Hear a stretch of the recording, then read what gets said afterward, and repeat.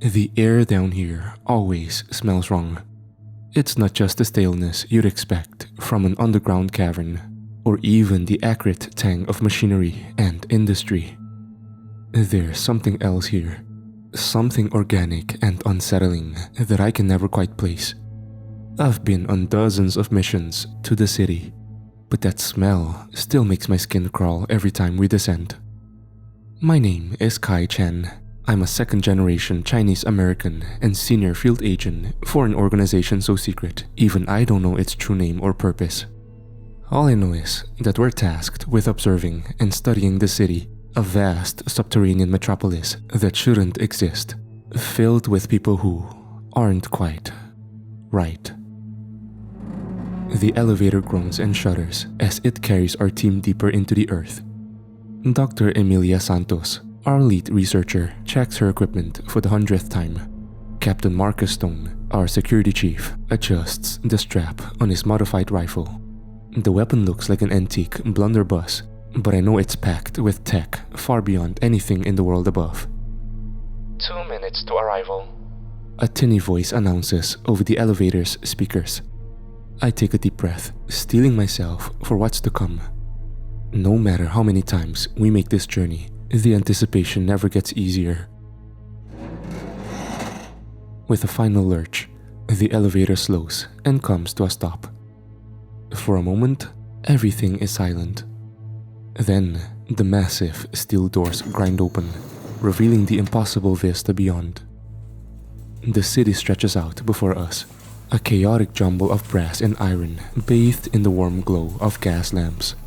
Gears the size of houses turn slowly overhead, driving a network of pipes and conveyor belts that weave between ornate Victorian buildings. Steam hisses from vents in the street, momentarily obscuring our view of the bustling crowds below. And there are crowds, thousands of people going about their daily lives, dressed in an eclectic mix of 19th century fashion and salvaged modern clothing. From here, they almost look normal. It's only when you get close that you notice the differences. Remember, Captain Stone's gruff voice cuts through my reverie. We're here to observe and gather intel only. Do not engage with the locals unless absolutely necessary. And for God's sake, don't let them touch you. We all nod grimly. We've seen what happens when the city's inhabitants make prolonged contact with outsiders. It's not pretty. Our team moves cautiously down the wrought iron staircase that leads from the elevator platform to street level. As always, a small crowd has gathered to watch our arrival. They keep their distance, but I can feel their hungry stares following our every move. A young boy, no more than 10 years old, catches my eye. He looks almost normal, with neatly combed hair and a pressed white shirt. But his eyes, there's something profoundly wrong with his eyes. They're too wide, too bright, and seem to reflect the gaslight in unnatural ways. He grins at me, revealing rows of needle-sharp teeth. I quickly look away, suppressing a shudder, focus on the mission. I remind myself, we're here to learn, to understand, no matter how disturbing it gets. Dr. Santos leads us toward the market district, her instruments quietly whirring and beeping as they collect data. The cobblestone streets are slick with an oily substance I try not to think about too much.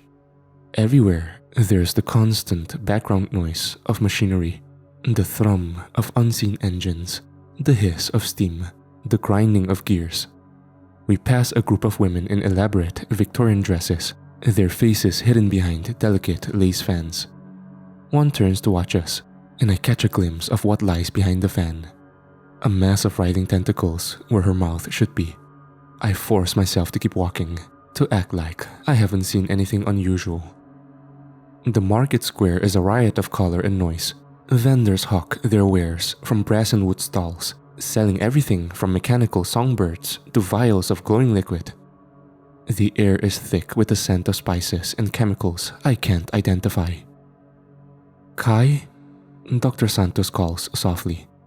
I need a closer look at that stall over there, the one selling the clockwork insects. I nod and casually make my way over, trying to blend in with the crowd. The vendor is a hunched figure in a hooded cloak, wisps of gray smoke constantly seeping out from beneath the fabric. As I approach, I can see the merchandise more clearly. Intricate brass and copper insects, each one unique. Some scuttle across the table on delicate legs, while others flex iridescent wings. "Beautiful, aren't they?" a raspy voice says from beneath the hood. "Perhaps the gentleman would like a closer look." Before I can respond, the vendor reaches out with a hand that's more claw than flesh. In its grasp is a large beetle made of polished bronze. As I watch, frozen, the beetle's shell splits open to reveal a pulsing organic interior. "Go on," the vendor urges. "Touch it. Feel its heartbeat." I take an involuntary step back, my training screaming at me to get away. But something holds me in place. A morbid fascination. Or perhaps something more sinister. The beetle's inwards twist and writhe, forming patterns that seem almost like letters. Is it trying to tell me something? Despite every instinct, I find myself leaning closer, straining to decipher the message hidden within the amalgamation of metal and flesh. Captain Stone has appeared beside me, his face a mask of professional calm. "I believe we're done here," he says loudly, steering me away from the stall. As we rejoin the others, I can still feel the vendor's eyes boring into my back. What had I almost seen? What knowledge had I been on the verge of gaining? And why do I feel a growing sense of loss at being pulled away? Dr. Santos gives me a concerned look, but doesn't say anything. She knows as well as I do the dangers of becoming too fascinated by the city's mysteries. We have lost agents that way before. We continue our circuit of the market, cataloging the impossible wares and the even more impossible people selling them. Every interaction, every observation adds another piece to the puzzle we've been trying to solve for years. What is this place? How did it come to be? And what does it want with the world above? As we near the edge of the square, a commotion erupts nearby. A crowd is gathered around two men, locked in a heated argument. At first glance, it seems like a normal dispute. But then I notice the way their skin ripples and shifts as their anger grows. "We should go," the captain mutters. But it's too late. The argument has escalated into violence. One man lunges at the other, his arm elongating impossibly as it stretches across the intervening space. His hand wraps around his opponent's throat, fingers sinking into the flesh like it's made of clay. The other man retaliates by opening his mouth to an inhuman degree, dislocating his jaw like a snake. From the gaping maw emerges a swarm of metallic insects, each one trailing wires and sparking with electricity. The crowd cheers, apparently viewing this as entertainment rather than the nightmare it is. I want to look away, but I force myself to watch, to remember. Every detail, no matter how horrifying, could be crucial to understanding this place. The fight ends as quickly as it began. Both men collapse to the ground, their bodies slowly reforming into something resembling normal human shapes. The crowd disperses, chattering excitedly about what they've seen. "Did you get all that?" I ask Dr. Santos, my voice barely above a whisper. She nods, her face pale beneath her dark skin. "Recorded and analyzed. But I can't." I understand her loss for words. How do you even begin to explain what we've just witnessed? How do you fit it into any existing scientific framework? As we turn to leave the market, I notice the young boy from earlier watching us again. He's standing perfectly still amidst the bustle of the crowd, that same unsettling grin on his face. As our eyes met, he raises a hand and waves, a gesture that should be innocent, but instead fills me with dread. Because his hand isn't a hand anymore. It's a mass of swirling cogs and gears, constantly shifting and reforming. And I swear, just for a moment, I see my own face reflected in the polished brass of his palm. We need to get out of here. We need to report what we have seen and try to make sense of it all. But as we hurry back toward the elevator, I can't shake the feeling that we're missing something crucial. that the real secrets of the city are still waiting to be discovered, hidden just beneath the surface of this mechanical nightmare. And despite the horrors we have witnessed, a small part of me yearns to stay, to dig deeper, to uncover the truth no matter the cost. It's that impulse, I realize with a chill, that truly terrifies me. Because it means the city is already working its influence on me, pulling me in bit by bit.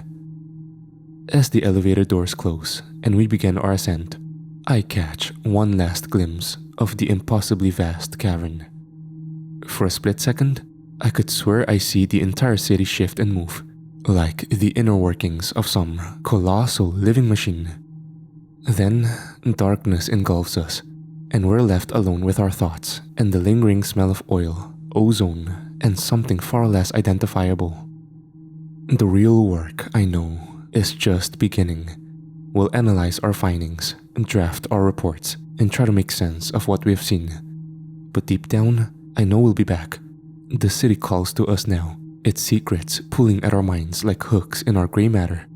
And each time we return, I fear we leave a little more of our humanity behind. The debriefing room is sterile and cold, a stark contrast to the chaotic warmth of the city below. Our team sits around a gleaming metal table, each of us lost in thought as we wait for the senior analysts to arrive. The silence is oppressive, broken only by the soft whir of air conditioning and the occasional rustle of papers as Dr. Santos reviews her notes. I can't stop thinking about the boy with the gear hand, about the way his impossible anatomy seemed to reflect my own image. What did it mean? Was it a threat? A warning? Or something else entirely? The questions gnaw at me, as persistent as the lingering scent of the city that clings to our clothes. The door hisses open, and 3 figures enter. Our handlers, though we know them only by code names. Rook, a tall woman with silver hair and eyes like chips of ice. Bishop, a heavy-set man whose labored breathing echoes in the quiet room. And Knight, whose androgynous features and fluid movements always leave me slightly unsettled.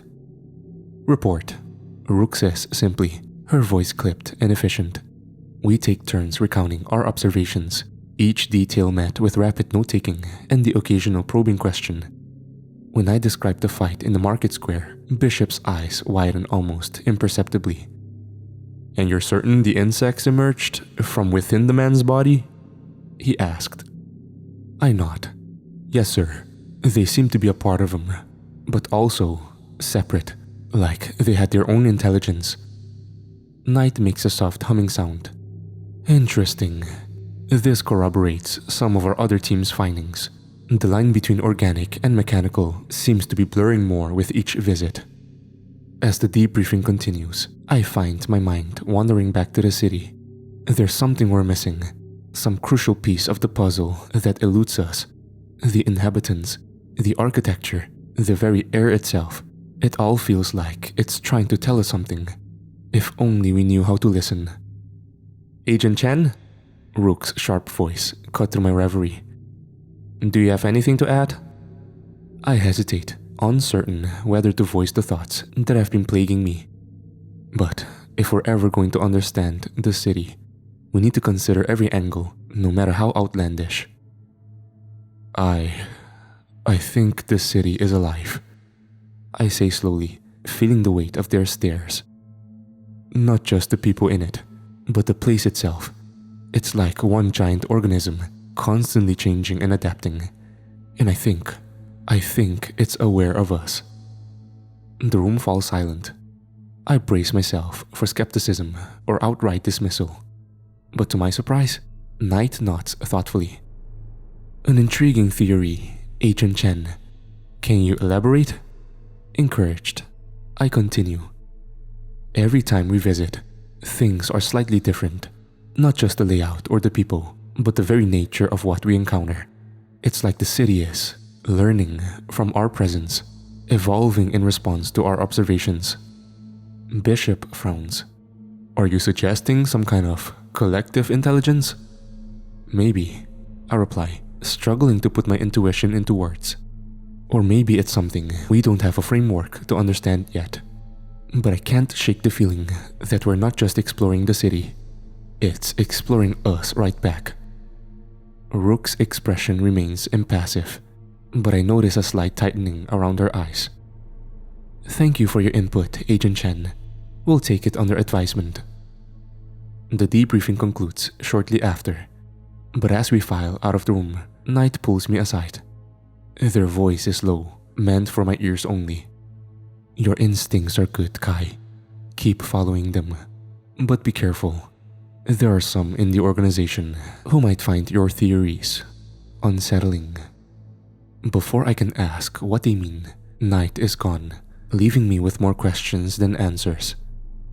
The next few days pass in a blur of reports and analysis. I throw myself into the work, poring over every scrap of data we've collected, searching for patterns that might support my theory. But the more I dig, the more elusive the truth becomes. Late one night, as I'm hunched over my desk in the near-empty office, I feel a strange sensation, a prickling at the back of my neck, as if I'm being watched. I spin around, half expecting to see the grinning face of that mechanical boy from the city. There's nothing, of course, just shadow and the soft glow of computer screens. But as I turn back to my work, I notice something odd about my reflection in the darkened mirror. For just a moment, it seems distorted, elongated, like the man in the market stretching his impossible arm.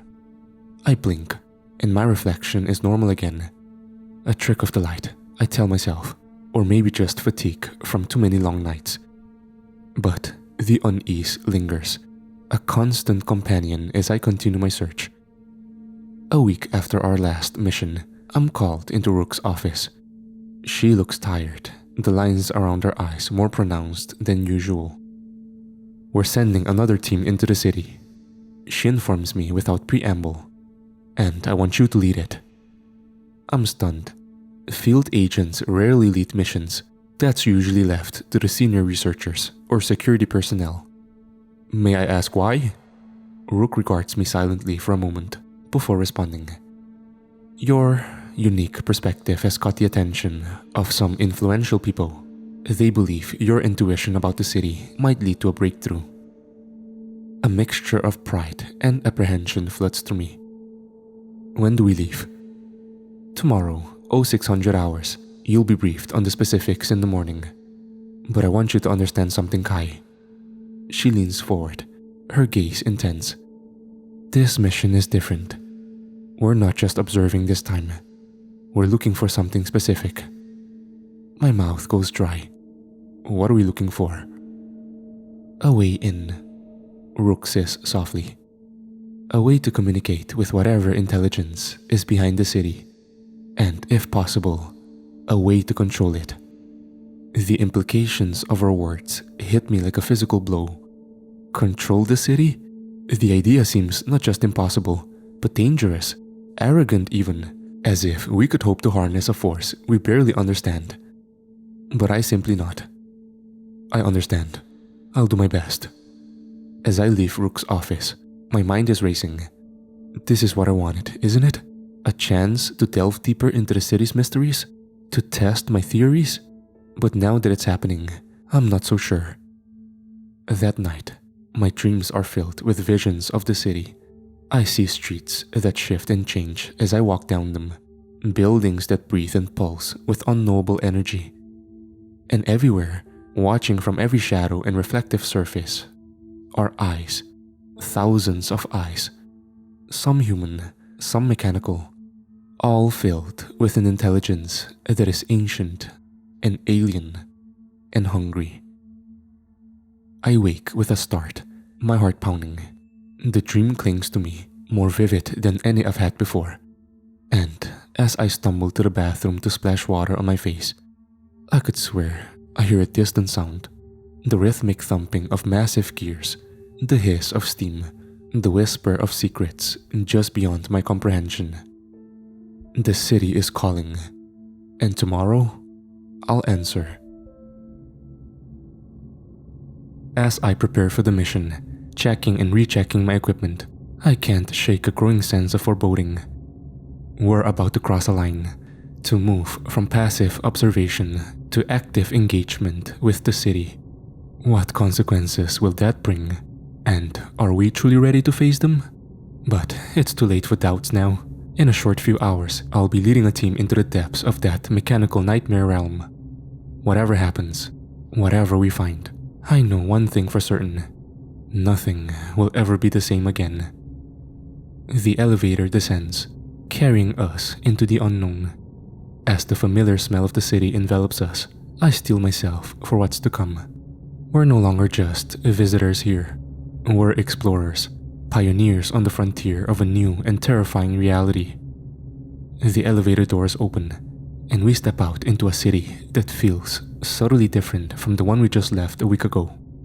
The air is thicker, almost syrupy, and motes of bioluminescent dust float lazily through the steamy atmosphere. My team follows close behind. Dr. Santos, Captain Stone, and two new additions, Dr. Yuki Tanaka, a neurobiologist, and specialist Alex Cooper, whose exact expertise remains a mystery to me. Remember, I say, my voice low, we're not just observing today. We're looking for signs of a central intelligence, something we can potentially communicate with. Stay alert and report anything unusual. A quiet chuckle from Alex makes me turn. In this place, they say, what exactly counts as unusual? It's a fair point, but before I can respond, Dr. Tanaka gasps. I follow her gaze and feel my own breath catch in my throat. The imposing clock tower that has always dominated the city skyline is different. Its gears and cocks are still turning, but now they seem to pulse with an inner light, like a giant mechanical heart. That's new, Captain Stone mutters, his hand instinctively moving to his weapon. I nod, trying to quell the unease rising in my chest. Let's head that way. If there's a center to this place, the tower seems like our best bet. As we make our way through the winding streets, I can't shake the feeling that the city is more alive than ever. The buildings seem to lean in as we pass, their windows like curious eyes following our progress. The crowds of inhabitants are thinner than usual, but those we do see watch us with an intensity that's hard to bear. We pass a group of children playing with what looks like a ball. But as we get closer, I realize it's a shifting mass of tiny gears and springs, constantly reforming itself into new shapes. One of the children, a girl with brass filigree patterns etched into her skin, turns to look at me. Her eyes widen, and for a moment, I see a flicker of recognition there. "Kai?" she says, her voice a discordant mix of childish pitch and mechanical resonance. "You came back." I freeze, my blood running cold. How does she know my name? But before I can question her, she's gone, melting into the crowd with inhuman speed. Dr. Santos grabs my arm. "Kai, what was that? Did you know her?" I shake my head, trying to gather my thoughts. No, I've never seen her before, but she knew me. This changes things. The city isn't just aware of us in general, it knows us individually. The implications are staggering and more than a little terrifying. As we continue towards the clock tower, I brief the team on what just happened, urging them to be extra cautious. The streets become narrower as we approach the tower, the buildings pressing in closer. The ever-present mechanical sounds of the city grow louder, taking on an almost musical quality. It's as if the entire place is humming with anticipation.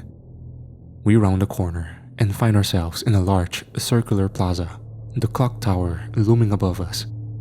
Up close, its pulsing glow is even more pronounced, casting shifting shadows across the square. At the base of the tower is an ornate door, its surface a maze of interlocking gears and pistons. "This has to be it," Dr. Tanaka says, her eyes wide with a mix of fear and excitement. "If there is a way to communicate with the city's intelligence, it'll be through there." I nod, steeling myself for what comes next. "Alright, let's..." A sudden screech of metal on metal cuts me off. The gears on the door begin to spin, faster and faster, until they're a blur of motion. Steam hisses from unseen vents, and with a groan that seems to come from the very earth itself, the door swings open. Beyond is darkness, but not the empty darkness of an unlit room. This darkness moves, swirls, beckons, and from within, I hear a voice, or perhaps it's more accurate to say, I feel a voice, resonating in my bones and buzzing in my teeth. Enter. It says in a language that is no language at all, yet somehow perfectly understandable. We have much to discuss. Kai-chan. My team looks to me, their faces a mix of awe and terror. This is it, the moment we've been working towards for years. A chance to truly communicate with whatever intelligence governs this impossible place. But as I stand on the threshold, I'm gripped by a sudden paralyzing fear. What if we're not ready for what we'll find inside? What if the city's interest in us is not benign curiosity, but something far more sinister? I think of the girl who knew my name, of the boy with the gear hand who reflected my image. I think of the countless nights I've spent poring over reports, trying to unravel the city's mysteries. And I realize that in our quest for understanding, we may have overlooked a crucial question. Does the city want to be understood? But it's too late for doubts now. We've come too far to turn back. With a deep breath, I step forward into the swirling darkness. My team follows, and the door groans shut behind us. For a moment, there's nothing but the dark and the sound of our own ragged breathing. Then, slowly, pinpricks of light begin to appear around us. They swirl and coalesce, forming shapes and patterns that hurt my eyes to look at directly. Welcome, the not voice says again, seeming to come from everywhere and nowhere at once. We have waited long for this moment. Who are you? I manage to ask, my own voice sounding thin and weak in comparison. What is this place? A sound like laughter, but metallic and alien, fills the air. We are the city, Kai-chan. We are its buildings, its people, its very essence. And you are the key we have been forging. Forging? Dr. Santos whispers beside me. What does that mean? The lights shift, forming what looks like a human silhouette. But as I watch, the shape begins to change, gears and pistons appearing beneath translucent skin.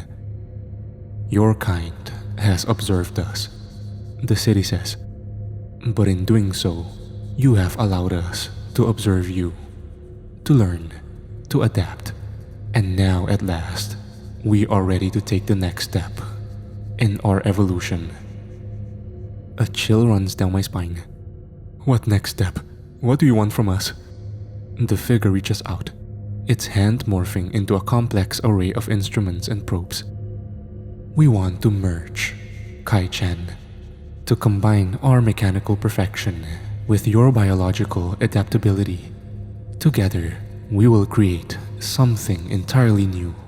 A hybrid species that can thrive both in our world and yours. Horror washes over me as I realize the full implications of what the city is proposing. This isn't just communication or cultural exchange. It's assimilation, transformation on a scale that would fundamentally alter what it means to be human. No, I say, taking a step back. We can't. I won't let you do this.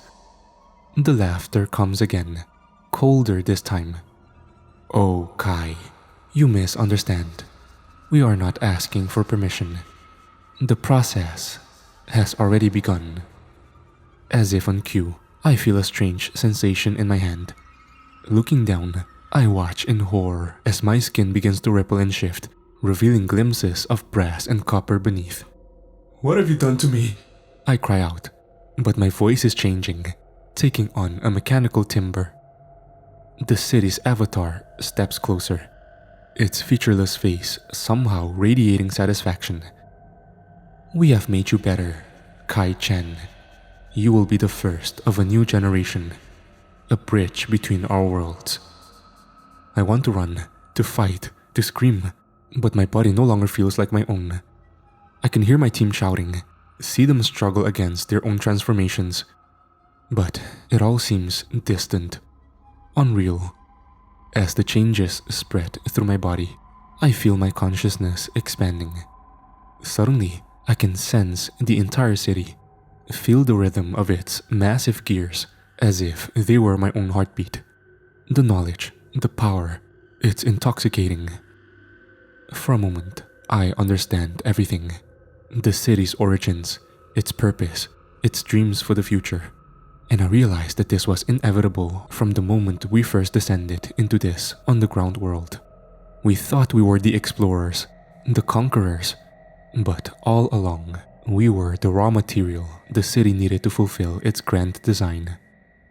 As my transformation nears completion, one last desperate thought flashes through my fading human consciousness. We have to warn the surface. We have to stop this before it's too late. But even as I think it, I know it's futile. The city is patient. It has waited countless years for this moment. And now, with me as its ambassador, it will begin its slow, inexorable expansion into the world above. The last thing I see before my human eyes are replaced by gleaming brass orbs is the satisfied smile of the mechanical boy who haunted my dreams. And I realize, with a mixture of horror and exhilaration, that I'm looking at my own future self. The transformation is almost complete. I can feel the last vestiges of my humanity slipping away, replaced by cold logic and mechanical precision. The city's consciousness threatens to overwhelm me completely.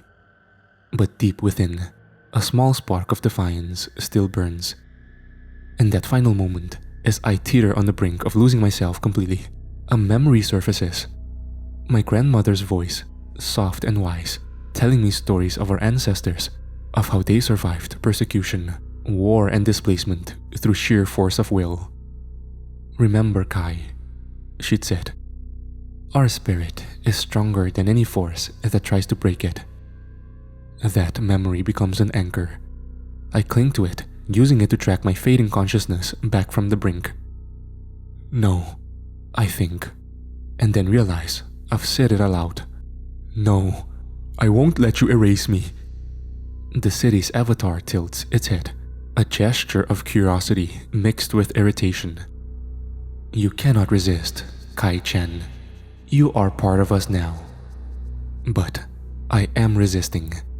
I focus on every scrap of my humanity, my fears, my hopes, my flaws, all the things that make me uniquely me. The transformation slows, then stops. Around me, I can sense my team struggling as well. Dr. Santos is on her knees, her skin a patchwork of flesh and metal. Captain Stone stands rigid, his eyes flickering between human and mechanical. Dr. Tanaka and Alex are locked in place, their bodies half transformed. "Fight it!" I shout, my voice a strange mixture of human and machine. "Remember who you are!" The city's avatar flickers, its form becoming less stable.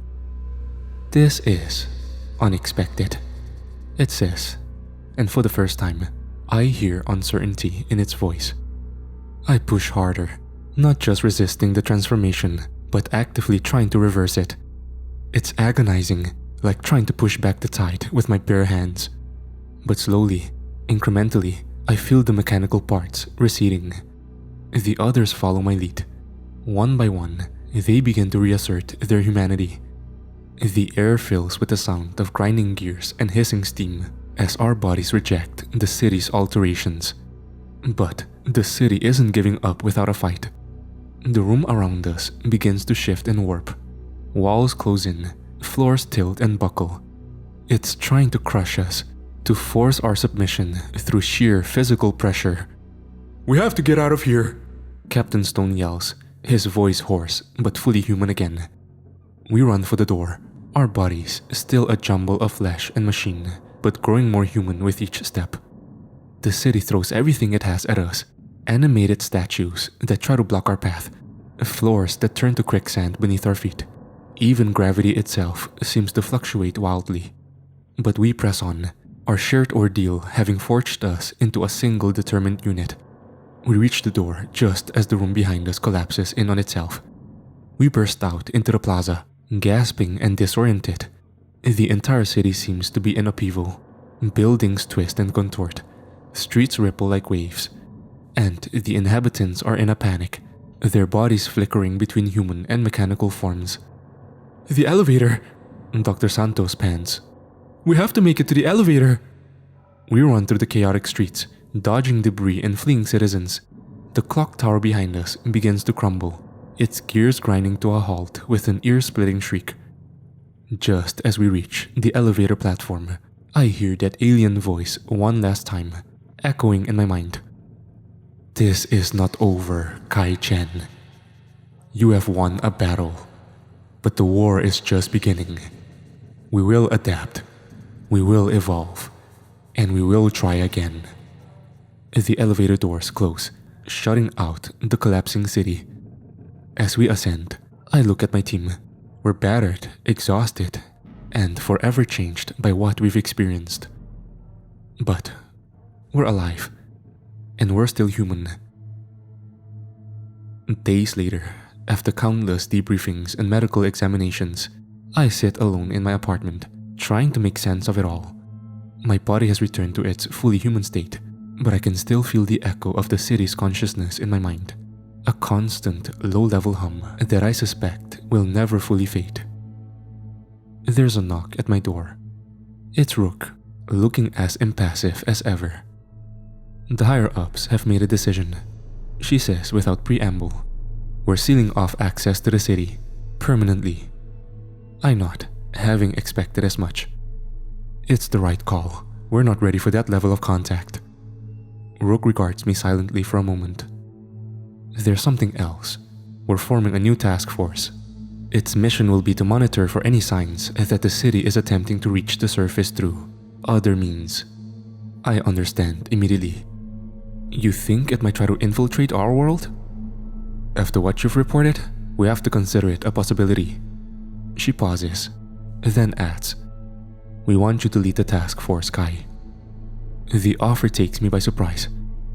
After everything that's happened, I had half expected to be relieved of duty, maybe even silenced to keep the city's existence a secret. Why me? I ask. Because you've seen what the city can do. You have felt its influence and fought it off. If anyone can spot its handiwork, it's you. Rook's expression softens slightly. But I won't lie to you, Kai. It's a huge responsibility, and it might be a lifelong commitment. The city is patient. It could be years or even decades before it makes another move. I think about it, about the horrors we witnessed, the violation of having my very humanity nearly stripped away. Part of me wants to run as far from this as possible, to try and forget it all. But then I remember the city's final words to me. The war is just beginning. If I walk away now, I might be leaving humanity defenseless against a threat it can't even comprehend. I'll do it, I say finally. Rook nods, looking unsurprised. Good. Report to headquarters tomorrow at 0800. We have a lot of work to do. After she leaves, I walk to my window and look out at the city skyline, the normal human city I've known all my life. It all looks so fragile now, so unaware of the danger lurking beneath the surface. I place my hand against the cool glass, and for just a moment, I swear I can feel gears shifting beneath my skin. A reminder of how close we came to losing everything, and of the vigil we must now keep. The city is out there, waiting, planning, evolving, and when it makes its next move, I'll be ready. It's not the future I ever imagined for myself. It's grim, it's dangerous, and it means I'll always be living on the edge between two worlds. but is also vital, perhaps the most important job anyone has ever been tasked with. As I watch the sun set over the skyline, I make a silent vow. No matter how long it takes, no matter what I have to sacrifice, I will keep humanity safe from the city's influence. Because in the end, that's what makes us human, our ability to choose our own path, to fight against forces that would reshape us against our will. And as long as I draw breath, I'll make sure we never lose that choice. The war may be just beginning, but for the first time since I first descended into the city's depths, I feel a glimmer of hope. We faced the impossible and survived. We can do it again. Whatever comes next, we'll face it together. Human. Flawed. But unbroken.